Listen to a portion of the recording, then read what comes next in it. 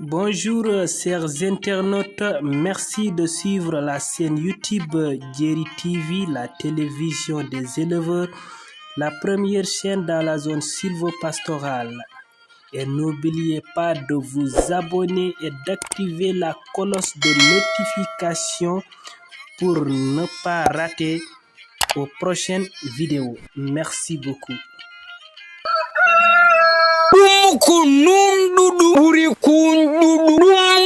Yo habru kudum adiudum ko jon ku anakedimi holo ko hesdi hande e ndera majji hande gere kewde na tenti dara jayunde jimmen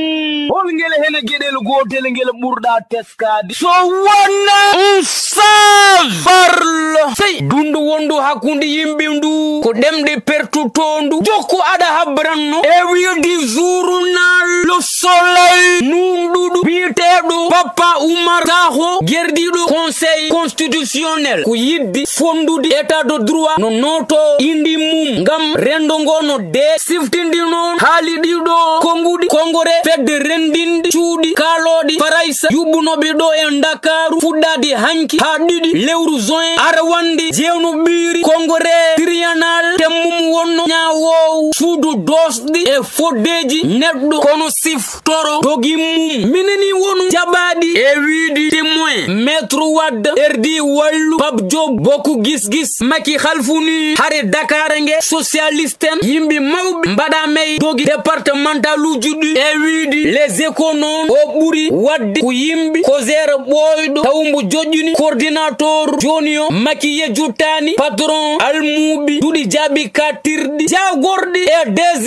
ji nene hen hewɓe mbaɗaka tengtey Moustapha Niass e yadiɓe hewɓe poftunoyama sirdu quotidien no siftunoro dogi jeetati jaɓaku ɗo walfu rokki yeru yewi témoin tengtuni ɗum sirdu quotidien wi Ndiaga Sylla expert électoral yoɗnani arrêté ko source a wi kalko haɗi goɗɗo ko ɗum rokki goɗɗo sa ƴetti benno ko kadu ɗum suppléant salni yewi proportionnel ha e wiidi vox ko Sonko e yewi nodduɓe moɓodiral ñande aljuma ɗo e Dakaru ɓe jiɗi rendinde yimɓe temedde ɗiɗi ujunere e wiidi le quotidien ndaw nofuru neni ko mawɗo leydi haaldi ko e zone Afrique ko holɗum namno les échos ko maki wi maki de wi wawa miijade lulndiɓe ɓurdi ɗum suɓaɓe tedduɓe ko wona ko ɗum namnamay premier ministre ko jaabi wi so yonti ma toɗɗo gollowo manda tata bone e wiidi observateur wi haalata hen caggal suɓugoji 2022 jogiiɗo caɗele sellal ha ko Macky Sall gummiɗo safrude cuuɗi cafrirɗi mum te o fuɗɗima saba hanki tan o waɗi inauguré navire hôpital civil global merci métreji temedere capanɗe jeeɗiɗi e nayyi juutendi nawgas e jeetati piccala jeegom métre jaajendi ɗo tawteno hanki ombo wonde mbo Comore mbo Guinée Bissau haydara hesɗaneyi kewno ko Tiwawon mi anda sa tinina sage-femme e aide infirmière jagganom hen ha wondiɓe mumen gumminom weli jingandi ko dudotoɗo directeur ressources humaines jagganoɗo woppita tawanoko e nder huɓere nde ko ɗiɗi jaggaɓe fonnoɓe tawede satu cummungu e wiidi les échos maɓi mbaɗe déféré parquet hande te ɓeydima nadde ko mbila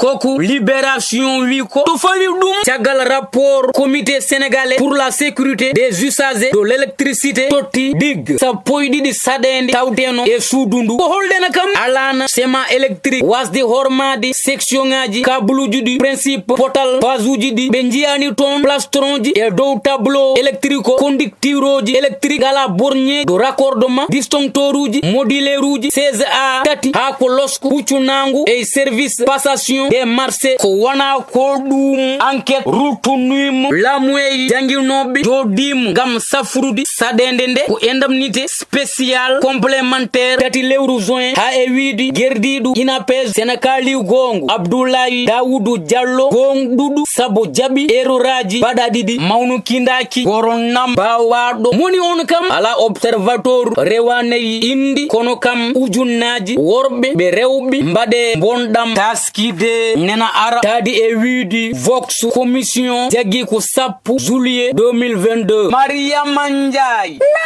mbedu siftoro layu timmudu oto won tojongol solongol lajowol dokkol ko yonta indi yonta layya dum non mi hadudo mi siftonoro edidu imamum hirsudi dani tewu kono danyani layu inde radio télévision fulbe international mi salmoni mi juri